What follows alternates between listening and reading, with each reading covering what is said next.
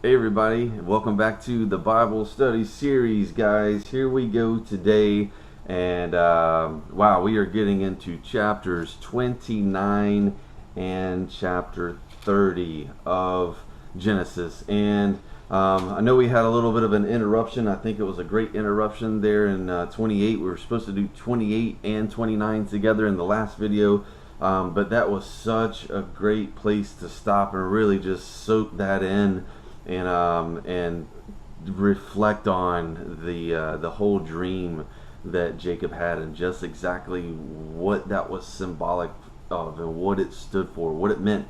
We went and saw what Jesus himself had to say about himself, and it was this right here. So guys, Jesus is found in every part, piece, and chapter of this Bible. So incredible. And if you haven't checked out the last video, please do that before we move on and whatnot. And guys, here we go. Today we are in chapters 29 and 30. Welcome to part 25. And always pray before getting into the word. Just ask that God will uncover and just meet us in here. He absolutely always will. So here we go, guys. It's good to be back, and I'm excited for this one. All right, so we remember with good old Jacob, right, several chapters ago, what happened with that whole scenario, with the deception and everything that was going on. And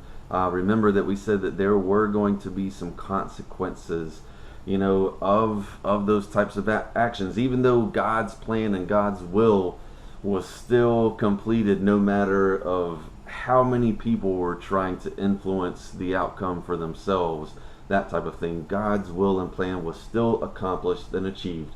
However, there are some consequences to the actions that were taken. We're going to see it right here with Jacob, that deception, that he caused upon, his father and everything. And you're going to see how he gets a taste of his own medicine right here in chapter 29. All right, so we pick up. All right, remember when Jacob in the last chapter in 28, he had laid down in the field. That's where he had the dream and everything. The Lord said, this is going to be it. This is going to be the land, a land of promise and everything. I will be with you. All right, and here we go. Jacob is moving on, right, so that he can get to his uncle Laban. And in fact, he does. He finally gets to a place, all right, where he sees some flocks, some herdsmen and things like that around a watering well and everything. And they say, hey, they kind of interact with each other, and they say that they are from Haran. And Jacob's like, do you know a man there named Laban, the grandson of Nahor? And they're like, yeah, of course we do. And they're like, is he doing well? He's doing well. And they're like, look, here comes his daughter Rachel with the flock now. So Laban's daughter Rachel is coming to this well with the flock, with the family flock, to get them water and things like that for the flock. And so one thing, we talked about how long of a journey this was, about 400 miles journey, and we don't have GPS back in these days, and they're maybe following star alignment, who knows, what paths there are and how they're getting to places. But to travel that distance, look at the divine, provision, the divine, help to ensure that Jacob is getting to the place that he set out for. Such a crazy thing. And here comes Rachel. And so Jacob sees Rachel. He goes over, removes the stone from the well, and starts watering his uncle's flock. And then he's just so, so happy and overjoyed that he's found her, part of his uncle's family and whatnot. That then Jacob kissed Rachel. This is in verse 11. Jacob kissed Rachel, and he wept aloud. So he's so just overcome. He's like, man, I made it. This is amazing. And he goes on to explain to Rachel that he was her cousin on her father's side, the son of her aunt Rebecca. So Rachel she goes and runs and told Laban, her father. And here we go. Laban hears that his nephew Jacob has arrived, and he runs out to meet him. He embraced and kissed him and brought him home. Okay, and so here we go. That this long journey, this divine provision guiding Jacob to this place where he is then connected with Rachel and the family of Laban here, which is awesome. And Laban says, you really are my own flesh and blood. Now, we're going to come to find out here in just a second, Rachel she's beautiful. Okay, so right there when Jacob first meets Rachel, she's a beautiful, beautiful girl and everything. And so here we go, we move on, and it says, after Jacob had stayed with Laban for about a month, Laban said to him, you shouldn't work for me without pay just because we are relatives. He says, tell me how much your wages should be. Okay, now Laban had 2 daughters. All right, this is important. He had 2 daughters. The older daughter was named Leah, and the younger one was Rachel, whom Jacob, obviously, they've already connected and run into each other. It says in verse 17, there was no sparkle in Leah's eyes, but Rachel had a beautiful figure and a lovely face. And since Jacob was in love with Rachel, okay, so again, right when he met Rachel, there was an immediate connection, immediate desire there. He loved her. Okay, a month's time has passed, and he's like, man, I'm in love with this girl, Rachel. Okay, and that's why obviously he's going there seeking refuge, but also to marry someone that's in, a part of the family and everything. So it says, since Jacob was in love with Rachel, he told her father, I'll work for you for 7 years if you'll give me Rachel, your younger daughter, as my wife. All right, Laban says, agreed. I'd rather give her to you than anyone else. Stay and work with me. And so Jacob worked 7 years to pay for Rachel. But his love for her was so strong that it seemed to him but a few days. Now, 7 years is a long time, but he was so in love with her. Okay, they had such a connection here that those 7 years just went like that. All right, now remember, we're about to move on in verse 21. Remember, Laban had 2 daughters. Rachel was actually the younger daughter. All right, this is very key, because talk about getting a taste of your own medicine here. Here's where it starts to take place. So finally, the time came for Jacob to marry Rachel.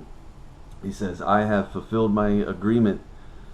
He's saying to Laban, now give me my wife, Rachel, so I can sleep with her.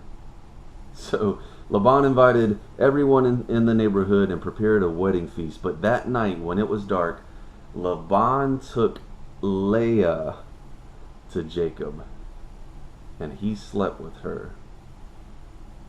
Okay?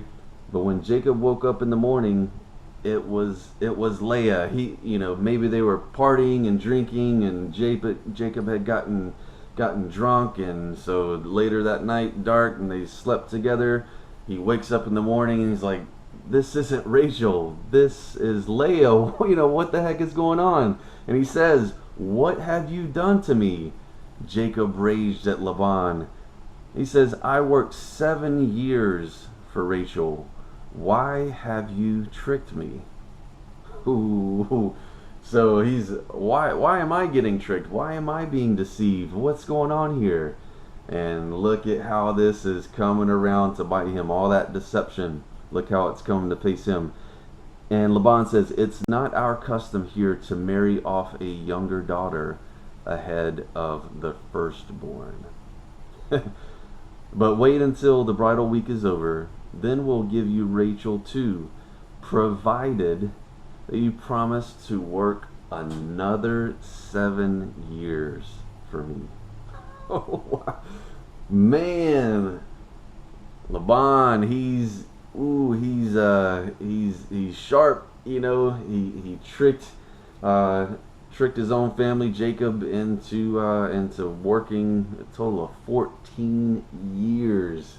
This is crazy, with the wage being just marrying, his daughter, or daughters in this case.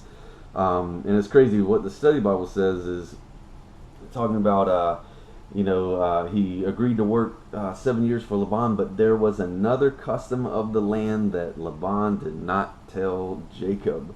The older daughter had to be married first, and by giving Jacob Leah and not Rachel, Laban tricked him into promising another 7 years of hard work. It's like, man, that stings, because he was obviously so head over heels in love for Rachel. Okay, so much that it just, the first 7 years went by like that. He gets tricked, and he's like, nope, you're actually married to Leah. We'll give you Rachel as well, but you've got to work another 7 years. It's like, man, this isn't going so smoothly. But in verse 28, Jacob agreed to work 7 more years. A week after Jacob had married Leah, Laban gave him Rachel too. So even though he was going to work 7 years, he was able to go ahead and take Rachel as his wife as well. Now, I want to make a quick note that Laban had given Leah a servant, and her name was Zilpah. Okay, and Laban actually gave Rachel a servant as well, Bilhah. Hopefully I'm pronouncing those correctly. Okay, so we've got both daughters have servants. This is going to come into play here in just a minute. All right, now remember, all right, so Jacob slept with Rachel too, and he loved her much more than Leah. Okay, he then stayed and worked for Laban another additional 7 years. Now, that line right there, when it says he loved Rachel much more than Leah, we already know kind of how this can affect things. Okay, we're going to see it. So we saw that with Jacob and Esau, how both parents, loved one, more than the other, and that type of thing. We're going to start to see a pattern with that, and how God handles and treats these types of situations and whatnot. It's very important. It's something that's kind of subtle, but I want us to kind of make a mental note of it, because watch what happens here in verse 31. So Jacob loves Rachel, but here we go. When the Lord saw that Leah was unloved, he enabled her to have children, but Rachel, she could not conceive. All right. So with Jacob, okay, showing more of this preferential treatment and giving more love and everything to Rachel, and Leah's just unloved. She's just kind of like, side afterthought, whatever you want to call it. The Lord sees this. Okay, he sees her heart, sees her hurt, and her pain with this whole feeling of being unloved and whatnot. That's got to be such a not a good situation. That wouldn't make anyone feel good. So the Lord sees this, that she was unloved, and he enabled her to have children, but Rachel, the one that Jacob truly loved, could not conceive. All right, so in verse 32, Leah became pregnant and gave birth to a son, and she named him Reuben. Write every single one of these down. We're about to go through a whole story list of things that goes on, and we're going to start to list out these sons that are born to Jacob, and these are absolutely important. Please write them down. So Leah, the first to conceive here and everything, the firstborn son is Reuben. Okay, she said, the Lord has noticed my misery. She was miserable in this whole little love saga, and now my husband will love me. Okay, she soon became pregnant again and gave birth to another son, and she named him Simeon. For she said, the Lord heard that I was unloved and has given me another son. Then she became pregnant for a third time and gave birth to another son, naming him Levi. Surely this time my husband will feel affection for me, since I have given him 3 sons. So you notice how every time she's giving birth, and these are going through a span of, however many years, that every time she's giving birth to a son, she's still in the same place of being unloved. Because here after this third time, she's like, surely this time my husband will have some sort of affection for me, since I've been able to produce and provide 3 sons for him. Okay, so Reuben, Simeon, the second born, Levi, it's number 3. Write all of those down. This is going to be huge. All right, once again, number 4, here we go. Once again, Leah became pregnant and gave birth to another son. She named him Judah. Don't write that down. Number 4. For she said, now I'm just going to praise the Lord. Now I will praise the Lord. And then she stopped having children. All right. This is going to sound familiar as we get into chapter 30. Watch this. When Rachel saw that she was not having any children herself for Jacob, she became jealous. She becomes jealous of her sister Leah. So she pleads with Jacob, give me children or I will die. Jacob becomes furious with her and he's like, am I God? He's the one who has kept you from having children. Wow. All right, now we already know that, okay? We know that the Lord heard and saw Leah's heart, that she was heartbroken by this, by feeling unloved and everything, and she, the Lord was caused her, enabled her to be able to conceive, and Rachel was not. Jacob, he handles this in not such a great way, but he's like, am I God? He's the one that has kept you from having children. So Rachel's like, okay, well then take my maid Bilhah, remember that servant that Laban gave to Rachel, all right, Bilhah, and sleep with her, for she will bear children for me, and through her I can have a family too. And so Rachel gave her servant over to Jacob as a wife, and he slept with her. Guys, does this sound familiar at all? What story is this like to a T, like exactly parallel to? Okay, back a few chapters, remember Abraham and Sarah? Okay, and Sarah was unable to conceive for such a long time, and so taking matters into her own hands, she gives her servant Hagar over to Abraham. She conceives, but then what that does is all that jealousy starts to take place, this bitterness, and then just this complete soap opera type thing, if you want to call it that, of not trusting God and just trying to take things into our own hands. And so, man, we look at how certain actions just have these types of consequences, and more so of how God is going to be handling our actions, like what that means, as we move forward. It's pretty crazy. Bilhah, she does become pregnant. She presents Jacob with a son, and so Rachel named him Dan. For she said, God has vindicated me. He has heard my request and given me a son. Then Bilhah became pregnant again and gave Jacob a second son, and Rachel named him Naphtali. For she said, I have struggled hard with my sister, and I'm winning.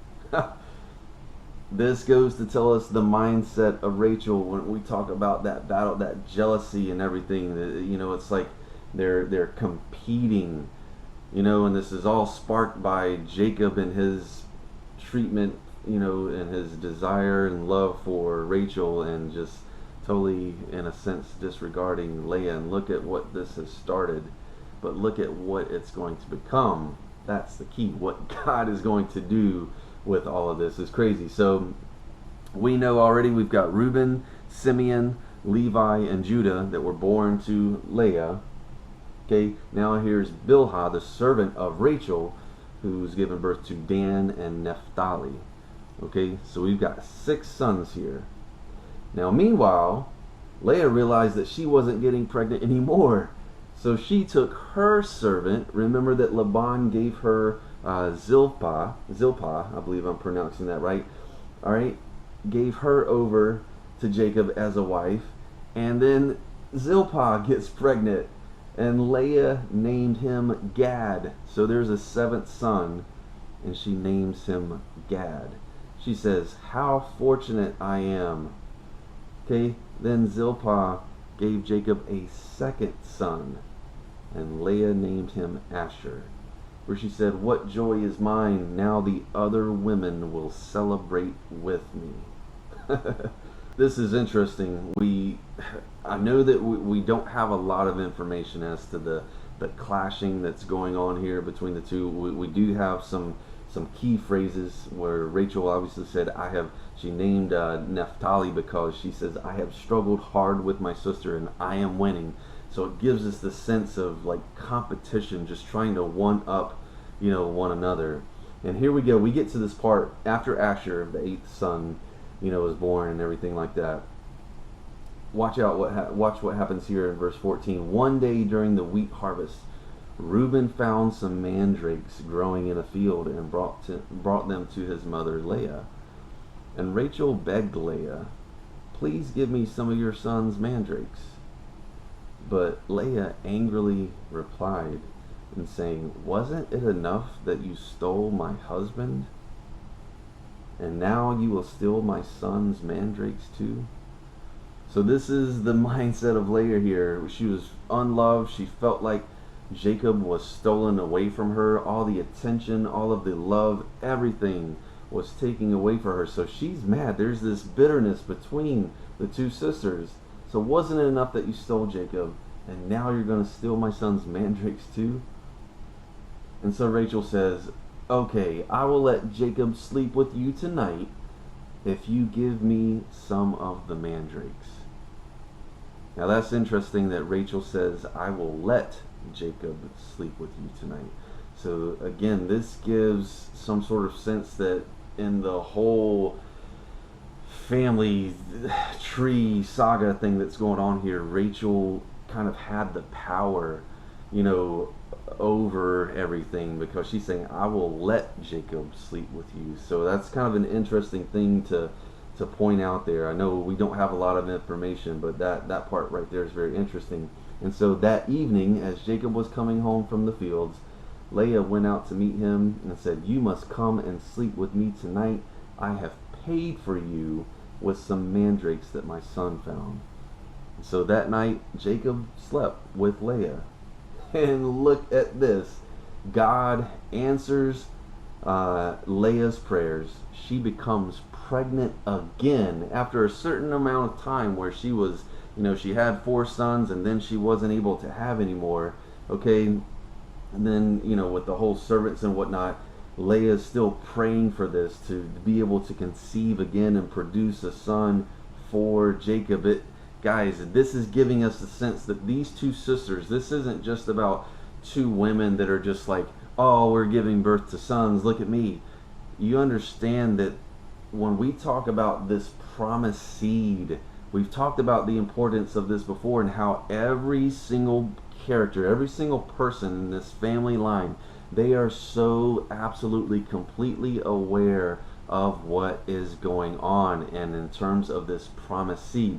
So when they are competing here, they are trying to produce. They are trying to be the one to produce and provide that promised seed. Otherwise, why are they going through all of this trouble?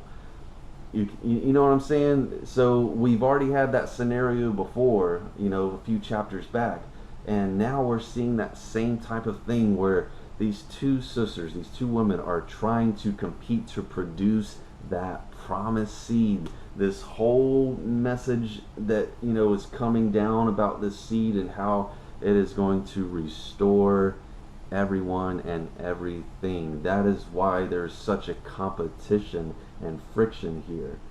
Okay, so Leah was praying hard about this. She does become pregnant again, and she gives birth to a fifth son for Jacob of her. So this is number 9 overall, and she names him Issachar.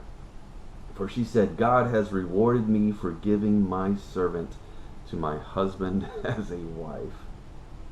And then Leah becomes pregnant again and gave birth to a 6th son, number 10 overall. All right, and she named him Zebulun, for she said, God has given me a good reward, and now my husband will treat me with respect, for I have given him 6 sons.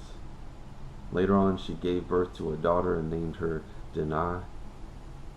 All right, so man, through this whole thing, we've got 10 sons. Hopefully you're writing all these down. Reuben, Simeon, Levi, Judah, Dan, Naphtali, Gad, Asher, Issachar, and now Zebulun. That's 10. What Leah said there, God has given me good reward, now my husband will treat me with respect. So again, whatever was going on with what she's saying right here and naming that child Zebulun, because my husband will now treat me with respect, evidently this wasn't happening. She wasn't getting treated properly with respect, with honor, with dignity. This even though we don't have all the information in between the lines, how these sons are being named gives us that insight as to what's going on to help paint that picture into this whole story. Okay, and we get to verse 22 and it's like, well, what about Rachel?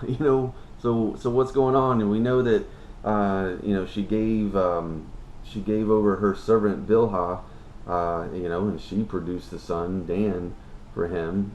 All right, and then also Naphtali. So the servant was able to. So what about Rachel and all this? So in verse 22 it says, then God remembered Rachel's plight, and he answered her prayers by enabling her to have children.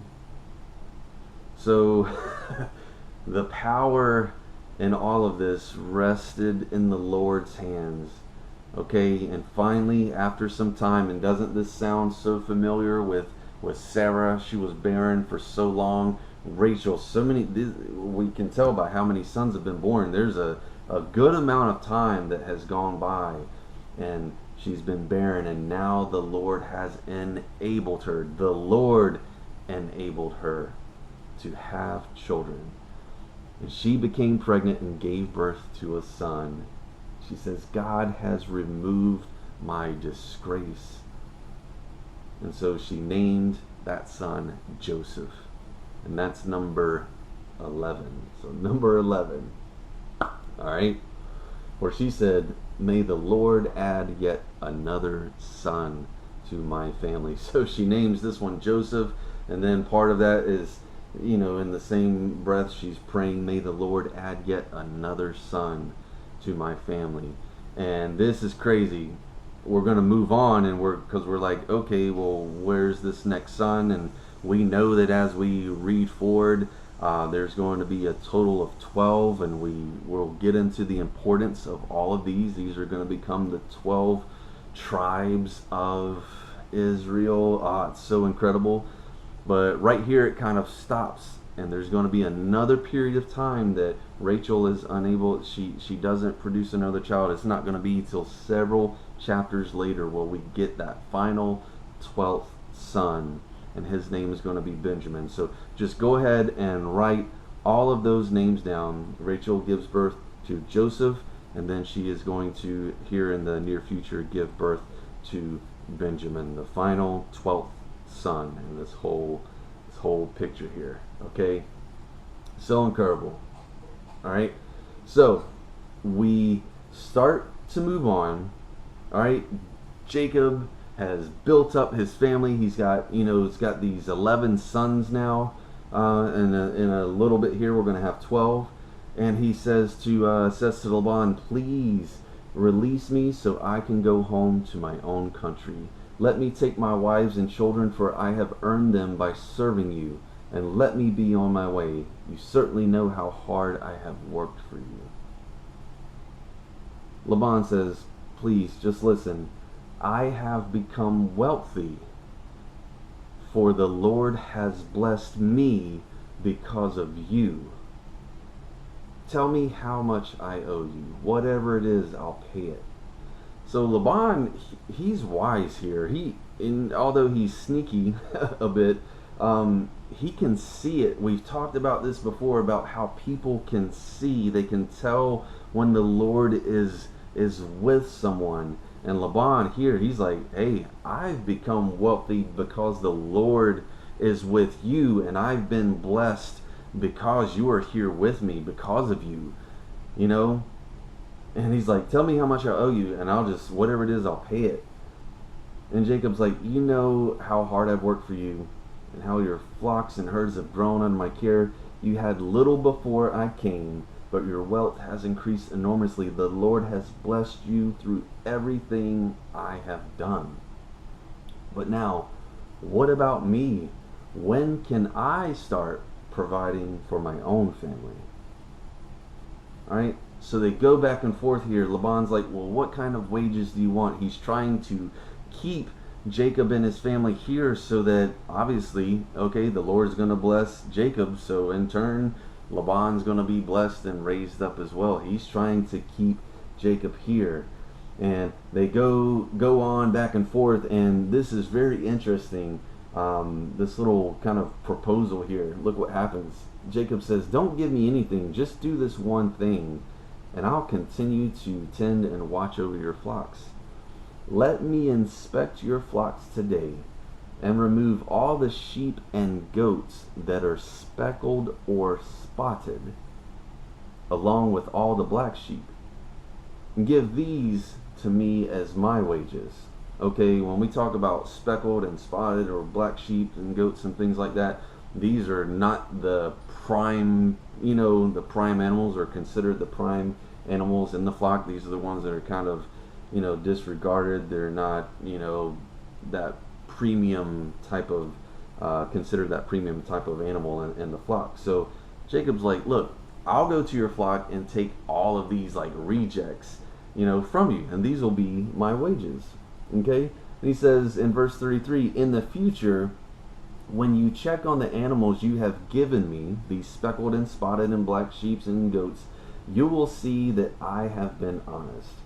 If you find in my flock any goats without speckles or spots, or any sheep that are not black, you will know that I have stolen them from you.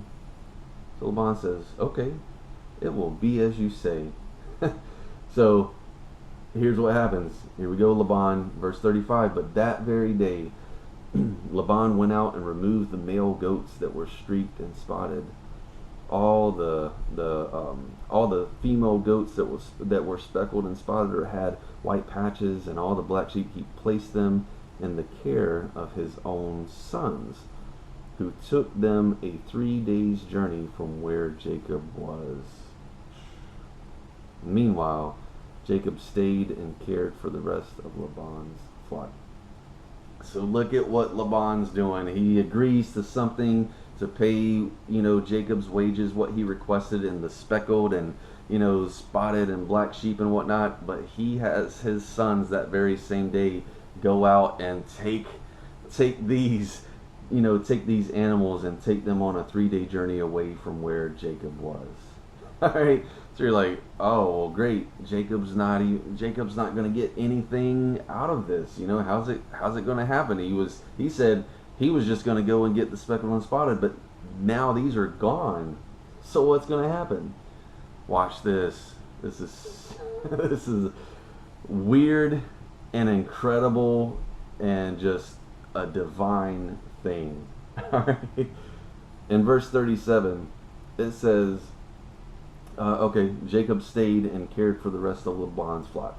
So then Jacob one day took some fresh branches from poplar, almond, and plane trees and peeled off strips of bark, making white streaks on them.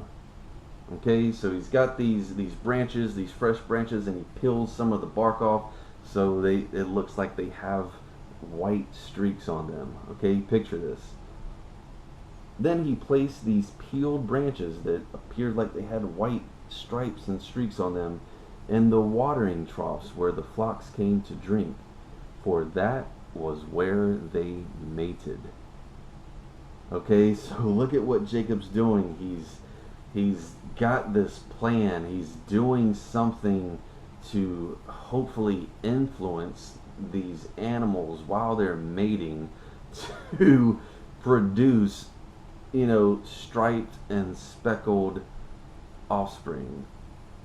All right, it says, and when they mated in front of the white streaked branches, they gave birth to young that were streaked, speckled, and spotted. Isn't this crazy, guys? So all those reject sheep and flock, they were removed. Laban had them removed already, and so Jacob's like, all right, we're going to devise a plan to make this happen. And we're going to come to find out here in just a little bit in the next video, just a little bit of information about this. Okay, but this is what happens. So these animals start to produce young that were streaked and speckled and spotted, and Jacob separates those lambs from Laban's flock. And at the mating time, he turned the flock to face Laban's animals that were streaked or black.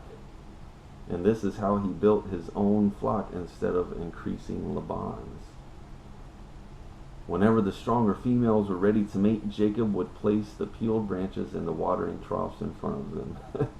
And then they would mate in front of the branches. Okay, but he didn't do this with the weaker ones, so the weaker lambs belonged to Laban, and the stronger ones were Jacob's. And as a result, Jacob became very, very wealthy, with large flocks of sheep and goats, female and male servants, and many camels and donkeys. And we know that this flock, this herd of sheep and goats and everything were spotted, speckled, and striped because of this right here. Such a crazy thing. And I love what the study Bible says. It says it's unclear what this method was or how it worked. Some say there was a belief among herdsmen that vivid impressions at mating time influenced the offspring, but most likely the selective breeding and God's promise of provision were the main reasons that Jacob's flocks increased.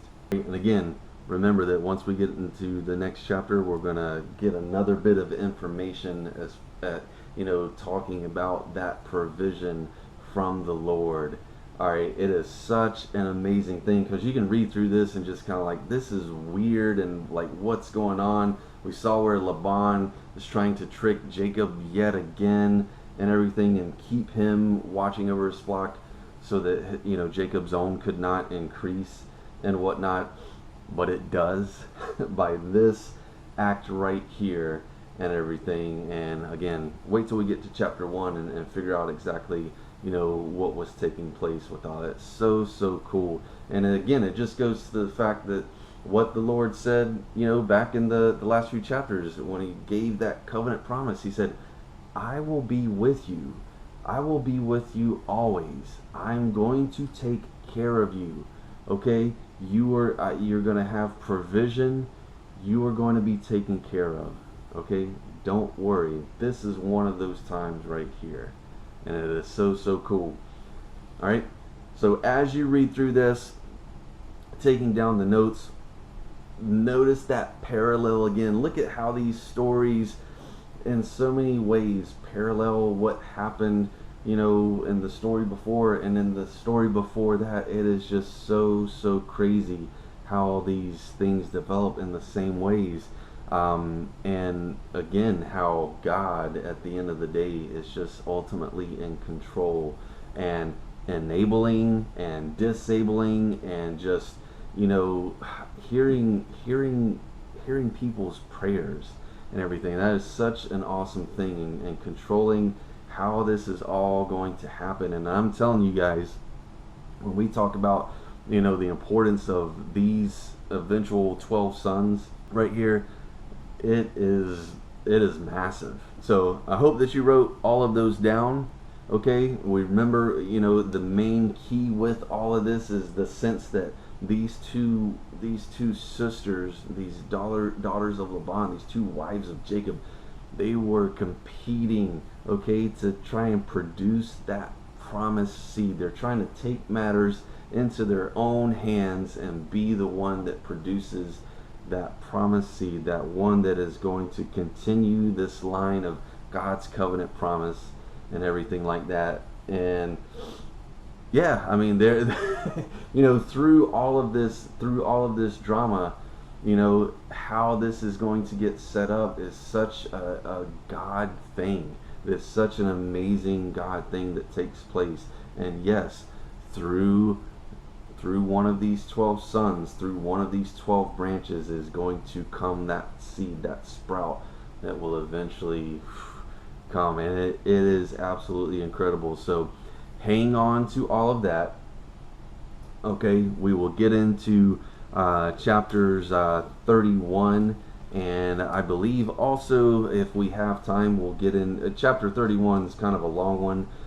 We may have you read some of that on your own, just for time, but we may also try to get into chapter 32 as well. There's a lot in there, and it's pretty crazy. It's so awesome how this is going to develop. This is going to start to develop that nation of Israel, and what this means and everything moving forward in the story of the Bible is everything. It is just so absolutely a key thing. So I love you guys. Hope you enjoyed this, and I'll see you next time for part.